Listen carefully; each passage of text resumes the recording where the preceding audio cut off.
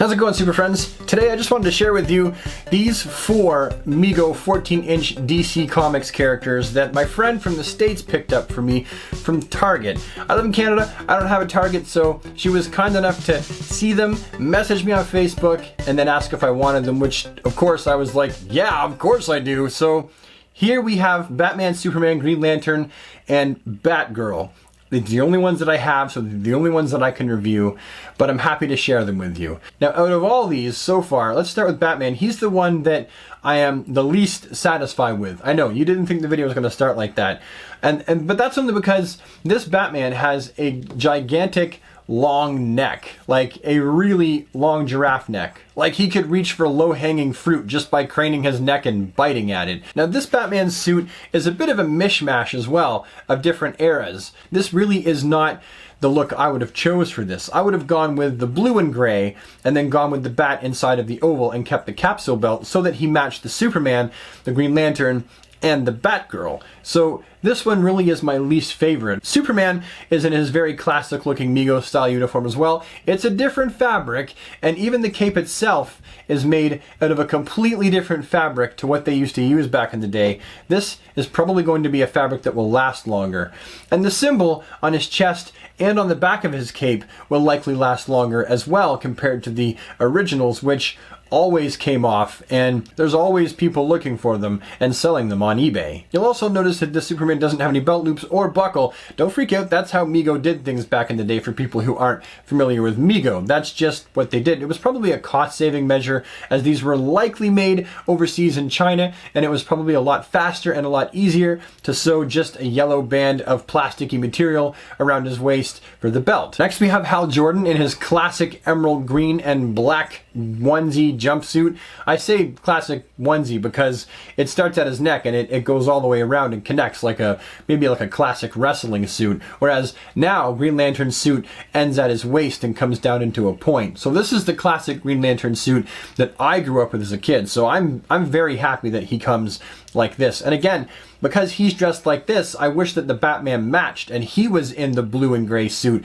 as well. It seems like that would have been a better theme to go with, especially if they're trying to tickle the collector's nostalgic funny bones. And then we have Batgirl in her classic black, yellow, and blue outfit as opposed to the gray, blue, and yellow outfit, sporting her gigantic yellow utility belt with the red Batgirl purse on the side.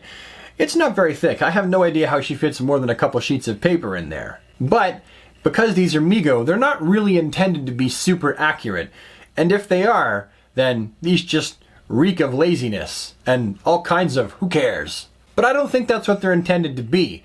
These are intended to be the quality that the toys were back in the day. Now the head sculpts for all of these figures though, they're actually, in my opinion, better than the original MEGO style head sculpts. For one, Superman actually looks like Superman, in my opinion, rather than the older style MEGOs, which quite often didn't look like Superman at all. This actually has a very classic Superman look to it. And same thing with Hal Jordan. He has a very, very classic-y Hal Jordan look to his face. And then Batgirl's face sculpt is very generic-y Barbara Gordon Babs Batgirl. She looks kind of complacent, if you ask me. She's like, well, you know, I fight crime.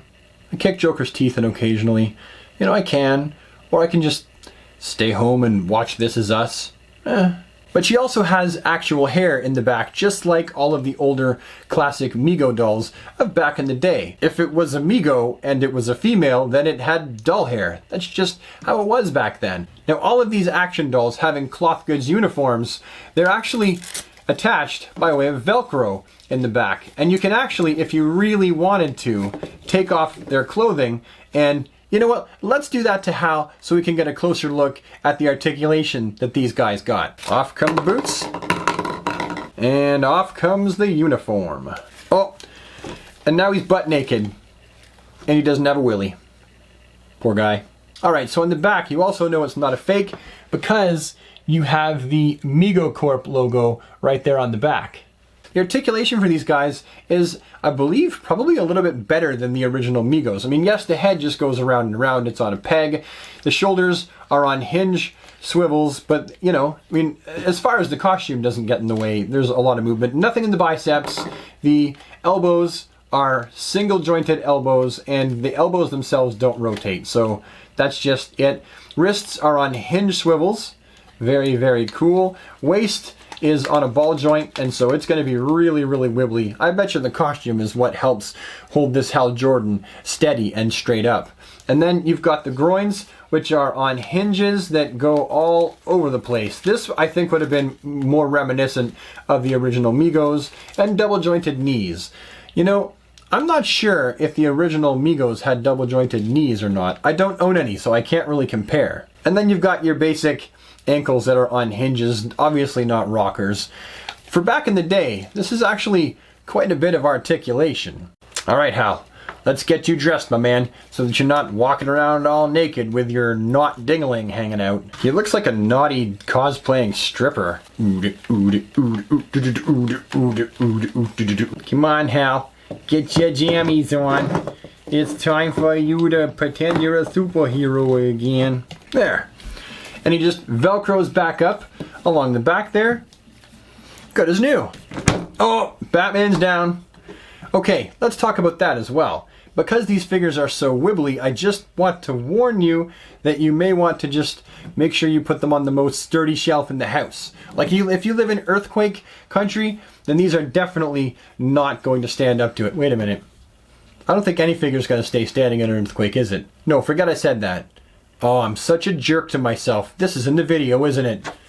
Brad, you jerk. Still, you might want to make sure that you put these on a nice sturdy shelf that doesn't wibble wobble every time someone walks past it. Because these things here, you ready for this? There goes Soupy. Way to go. They just made me look like an idiot. Look at Batman. He didn't fall over at all. Play nice with your toys, Brad. Stand. Stand up, Bats. Stand up. Oh, see? And now I can't get him to stand up. Jeez, Batman, come on. Stand up. Stand up. Do it, man. Stand. There you go. All these action dolls also come with accessories. Superman comes with the kryptonite. Hal Jordan, as you've seen, comes with his lantern. Batman comes with the batarang that I've got tucked up behind his utility belt here. And why is it tucked there? Actually the same as Batgirl? Well, that's because their hands actually cannot hold the batarang. They don't have closed hands for holding the batarang, which is kind of a silly oversight, because if you wanted to pose these on your shelf, you would probably want the batarang to be in Batman's hand, right? I mean, that's the first thing I thought of doing, but you can't. These don't have that ability because their hands are open. Okay, so now that we've actually taken the time to open up and have a closer look at every single one of these 14-inch MEGO action dolls. Yes, I'm still calling them that. That's because that's what they are. They're not action figures. They're action dolls. This would be the time when I customarily give my own thoughts, ideas, and opinions about them. So, here goes. As someone who was a child of the 80s and got the tail end of MEGO, so that means I found them at flea markets and in yard sales and things like that, I thought they were kind of strange. I was never that cool about the idea of there being doll clothes on top of my superhero muscles. Then it crawled into doll territory, which made me, as a little boy, and a lot of kids my age, feel very uncomfortable because all of our sisters, or our friends' sisters, collected Barbie dolls, and they had fabric clothing. So therefore, there was no difference as far as we were concerned between a Ken doll and a MEGO superhero. That's just the generation that we grew up in. If you're a child of the 70s, though,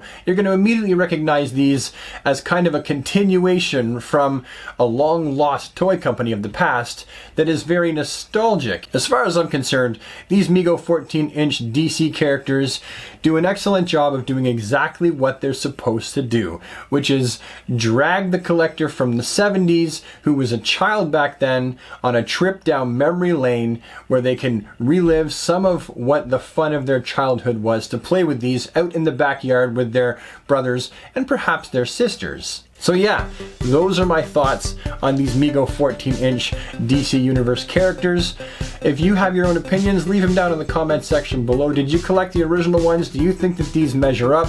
Or do you just think that these are trash, fit for the bin? Let me know down in the comment section below.